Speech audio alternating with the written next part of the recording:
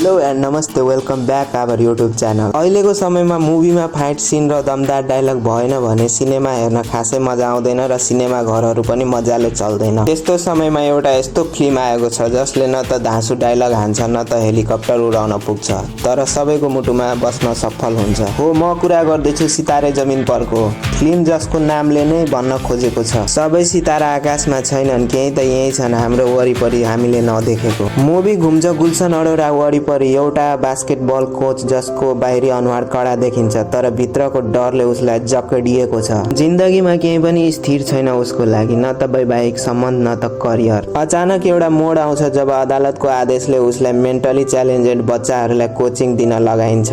उसको लागि यो सजाय हो। उसलाई लाग्छ जेल गए सजिलो हुन्थ्यो, तर उसले कल्पना पनि गरेको हुँदैन कि यही सजाय उसलाई जिन्दगीको सबैभन्दा ठूलो पाठ सिकाइनेछ। यी बच्चाहरूको हाँसो, डर, सङ्घर्ष, यिनै भावना बिस्तारै गुल्सनको कठोरता पगाल्छन्। सुरुमा जुन कोच बाँकी संसारलाई दोष दिइरहेको हुन्छ ऊ बिस्तारै आत्मसमीक्षा गर्न थाल्छ। फिल्मले हामीलाई एउटा प्रश्न सोध्छ, के हामीले पनि समाजको हरेक अपाङ्गतालाई केवल कमजोरीकै चस्माले हेर्छौँ?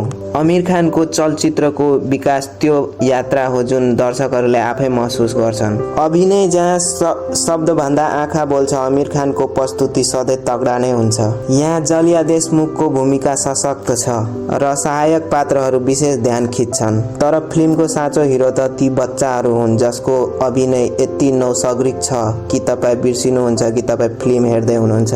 फिल्म हेरेपछि तपाईँ सिटी त नबजाउनु होला, तर तपाईँको आँखामा आँसु आउन सक्छ र त्यो नै सफल सिनेमाको प्रमाण हो। सो यदि तपाईँले मुभी हेर्नु भएको छैन भने मौका नछुट्याउनु होला। यदि हेर्नु भयो भने तपाईँ कुन सिनले सबैभन्दा गहिरो असर पारेको थियो कमेन्टमा भन्नुहोला। बाई।